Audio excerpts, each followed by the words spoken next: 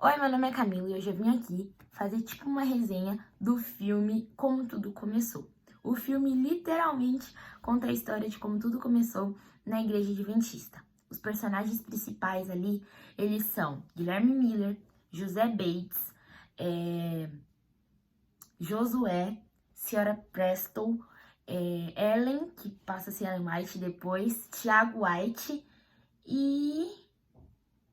esses foram os que mais me marcaram, então eu acredito que são esses mesmo. O filme, ele é um combo assim, tem vários gêneros de filme em um só. Por exemplo, se você buscar ação, tem ação nesse filme, mistério, tem romance, e é um filme bem legal, são 2 horas e meia, que dá pra assistir com toda a família, e é bem divertido, o desenrolar da história se encaixa perfeitamente, até porque é uma história escrita das próprias mãos de Deus. O roteirista foi Deus, então é uma história perfeita e, assim, eu gostei muito, o filme me prendeu demais, e agora eu vou trazer meio que um resumão de tudo, e ao final eu vou fazer meio que uma reflexão pra nossa vida. Bom, o filme, ele começa já com 2 frases bem impactantes, logo de capa, assim, de início, que é: vejo o mundo através dos olhos do Senhor, e Jesus está vindo. Essas 2 frases, elas resumem muito bem o filme. Mas, vamos lá, para a história em si. Bom, o filme começa apresentando um sonho de Guilherme Miller, onde, não um sonho, mas ele estava tendo um pesadelo de algo que realmente aconteceu com ele. Em 1812, ele foi para uma guerra e ali uma bomba caiu ao lado dele. Ao longo do filme, ele conta que a bomba caiu numa distância de, tipo assim, uma pessoa sentada frente à outra em uma mesa. Então era bem próximo. Só que nada aconteceu com ele. Tem uma parte, isso já acontece em 1816, que ele faz uma reflexão para a vida dele, porque ele queria entender algumas coisas. E nessa reflexão, ele usa até o filósofo Voltaire, em que esse filósofo iluminista, ele sempre dizia em uma das suas teses que acreditava que existe uma força suprema que rege todas as coisas. Mas, em momento algum, o filósofo se refere a Deus. Porém, Guilherme Miller fica com isso na sua cabeça. Ok.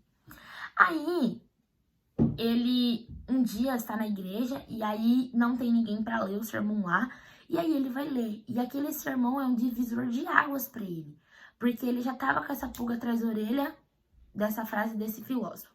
Aí tinha acontecido esse episódio da guerra, dessa bomba. E que ele ficava, ao menos que tenha alguma coisa que realmente, algum propósito na minha vida, que nada aconteceu comigo. E aí ele queria, na cabeça dele, era tipo assim, só pode ter sido Deus que me livrou da morte nesse momento. Só que, tipo assim, ele tava meio relutante, sabe? E acabou que ele leu esse sermão e meio que virou um estralinho na mente dele. Nisso, em 1818, ele estava estudando muito a respeito do livro de Daniel. E ele estudou sobre a profecia dos 2.300 tardes e manhãs, né? E ele chegou a uma conclusão de que muitas promessas já haviam se cumprido e que aquela ali também se cumpriria. E através de muitos cálculos que ele fez e começou a viver mesmo o livro de Daniel, ele chegou à conclusão de que essa profecia se cumpriria em 1843. Beleza. Só que, quando chegou em 1830, ele fez um pacto com Deus. A sua mulher conversou com ele e falou: por que você não fala para as outras pessoas sobre isso que você tem estudado, demandado tanto tempo? E aí, em 1830, ele faz esse pacto com Deus e fala, né, que se Deus pedir para que ele fale sobre isso, ele iria falar. Mas só se Deus pedisse, porque ele era um mero fazendeiro. Em muitos momentos do filme, ele sempre se refere como um simples fazendeiro, meio que desprezando a capacidade dele de falar sobre o amor de Deus. E aí, nesse mesmo dia, à tarde, o seu sobrinho, agora não lembro se era sobrinho, o seu sobrinho chegou lá na casa dele, bateu e falou assim: ó, a pessoa que ia ler lá na igreja hoje o sermão, uma coisa muito legal que a gente ouviu na igreja, mas o filme, tipo, ver isso, o povo vivenciando o filme na hora. Que na época o povo lia os sermões, não era igual hoje em dia, a gente, tipo, faz uma sermão a partir da Bíblia, chega lá e prega. Não, eram livretos de sermão que eles liam. Mas enfim, né? Nesse dia, a pessoa que ia ler o sermão não estava. E aí acabou que ele foi e a mensagem que ele tinha para falar naquele dia era realmente a respeito das profecias e dos cumprimentos da vontade de Deus. Ele vai e aí tem uma parte do filme muito legal que fala assim, ó: como posso negar quem constantemente tem me perdoado e que me salvou de mim mesmo? Então ele faz isso. Mas antes dele falar isso, ele tem aquele momento de guerra, de luta com Deus, que tipo, por quê, por quê, por quê, por quê? E aí começa tudo. A partir de então, ele encontra Josué e ele começa a pregar em várias igrejas e falar sobre isso, que Jesus está voltando, que vai ser em 1843, vai ser... Até que chega 1843 e Jesus não volta. Mas um moço lá, que eu esqueci o nome dele, ele fala que perante os dados, e agora pegando com Apocalipse 14, na verdade Jesus voltaria em 22 de outubro de 1844. E aí as pessoas começam a pregar, e aí junta muito mais gente, faz aquele auê, todo mundo pregando, e aí começa a ir para outras partes do mundo. Só que chega 22 de outubro de 1844 e Jesus não volta. E agora? Foi o dia do grande desapontamento. As pessoas ficaram muito desoladas porque, por exemplo, José Bates, ele vendeu tudo que ele tinha e Jesus não voltou. Mas algo muito legal é que, nesse meio tempo dessas pregações e tudo, Ellen e a sua família escutam sobre isso. E Ellen, ela havia tinha um problema de saúde desenvolvido por conta da infância, de um acidente que ela teve. E quando ela ia à igreja, ela ouvia a mensagem de um Deus muito duro, um Deus que, tipo assim, meio que só queria ver as pessoas seguindo aquilo pela dor e não pelo amor. Ela não viu o amor de Deus na igreja que ela estava frequentando. E com essas mensagens de Guilherme Miller, e aí, né, todo mundo pregando, ela chegou à conclusão que essa era a verdadeira mensagem de Deus, porque Deus era um Deus de amor. E aí ela também se empolgou e tudo mais, e continuaram. E quando Jesus não voltou, ela também foi uma das que ficaram bem desapontadas. Só que a partir de 1844, um outro senhor, ele, querendo entender mais, buscou o pessoal para orar e entender por que Jesus não tinha voltado, por que a segunda vinda não tinha acontecido. E através de muita oração e muita comunhão com Deus, eles chegam à conclusão que o dia estava certo, mas o evento estava errado. O ano de dia 22 de outubro de 1844 realmente foi uma data muito marcante.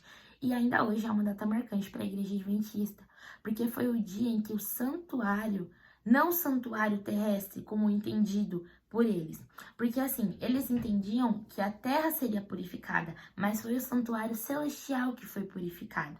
E isso eles conseguiram ver através de Daniel capítulo 7 e Hebreus capítulo 8. Então, realmente houve a purificação do santuário, mas o santuário celestial. E aí eles passaram a pregar, e essa era a mensagem do advento, né? E desde então eles começaram a pregar sobre isso, começaram a pregar. E algo muito legal que eu falei sobre, pelo menos eu gosto muito de filme de romance, e essa parte eu achei linda, maravilhosa no filme, porque tem todo esse desenrolar da história, tipo assim, eu tô resumindo muito, mas os pontos principais, mas os detalhes da história são muito fascinantes também.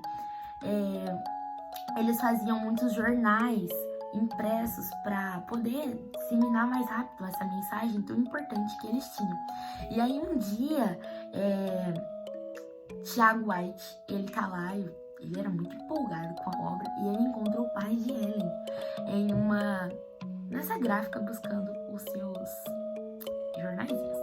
E aí eles vão juntos e entregam os jornaizinhos e pregam a respeito da palavra de Deus, aquela empolgação, né? Mal sabia eles que depois de um tempo, Tiago White seria o seu genro, porque Tiago e Ellen se casaram e tiveram 4 filhos. E assim, muito bonita a história deles, e aí eles dedicaram a vida deles a Deus, e através deles, aí que surgiu, né, Ellen tinha várias visões. Nossa, como eu não falei disso? Eu falei várias coisas importantes e não falei das visões de Ellen. Mas eu vou concluir, depois eu falo das visões de Ellen. E ali eles se casaram, eles tiveram 4 filhos. Infelizmente, no decorrer da história, 2 deles morreram. Tiago também, ele teve um derrame. Só que, o que aconteceu? Ellen, ela tinha algumas visões. E quando ela começou a ter a sua primeira visão, muita gente não acreditou. E usava aquele texto bíblico que fala de Mateus 24, que falsos profetas surgiriam e tudo mais. Só que não, ela não era uma falsa profeta. Ela realmente estava falando aquilo que Deus havia inspirado, né? Através das visões que Deus dava para ela. E aí, ela tinha visões sobre regime de saúde, educação, vários. Tantos que hoje existem mais de 24 livros, no final do filme aparece isso nos créditos, que foram escritos por ela, que ela começou a registrar as suas visões que ela tinha do céu. Inclusive tem um livro que chama Visões do Céu. E Guilherme Miller, ele teve esse derrame, e vocês acreditam que através do regime de saúde, apresentar através de suas visões, com uso de castanhas, cereais, legumes, água pura, ar fresco, repouso, confiança em Deus, os 8 remédios naturais. Guilherme Miller,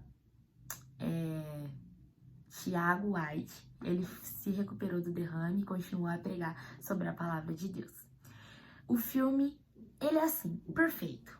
Desde o seu começo até o seu final, todas as partes se encaixam, até porque o autor é Deus. E a frase que fala lá no início, veja o mundo através dos olhos do Senhor, era realmente a maneira como o pessoal que falava sobre a mensagem do advento queria que as pessoas vissem o mundo. Uma parte muito legal do filme também é quando a senhora Preston, ela vai falar a respeito do sábado, porque quando eles começaram a pregar a respeito dessas mensagens, da profecia de Daniel, 1843, 1844, eles não tinham um dia de guarda, para eles qualquer dia servia.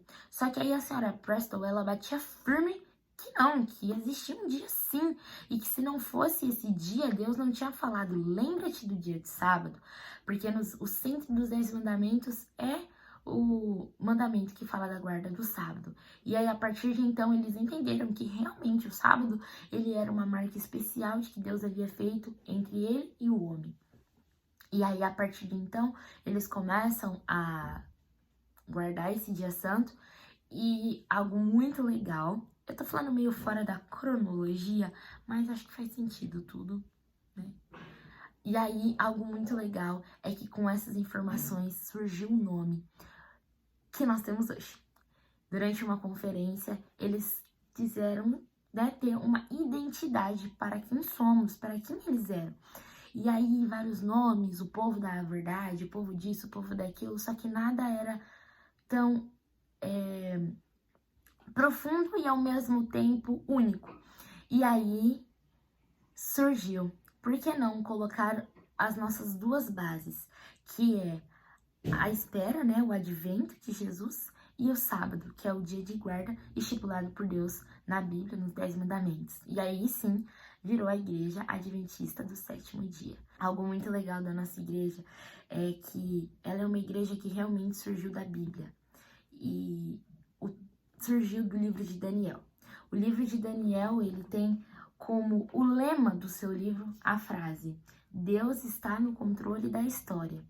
E uma frase muito legal também, que foi falada no final do filme é: ao menos que nós esqueçamos de como nos guiou no passado e que temeremos o futuro. Então, ao menos que nós esqueçamos de como Deus guiou para que a nossa igreja fosse organizada, para que tudo fizesse sentido, se encaixasse perfeitamente, é que nós vamos temer ao futuro.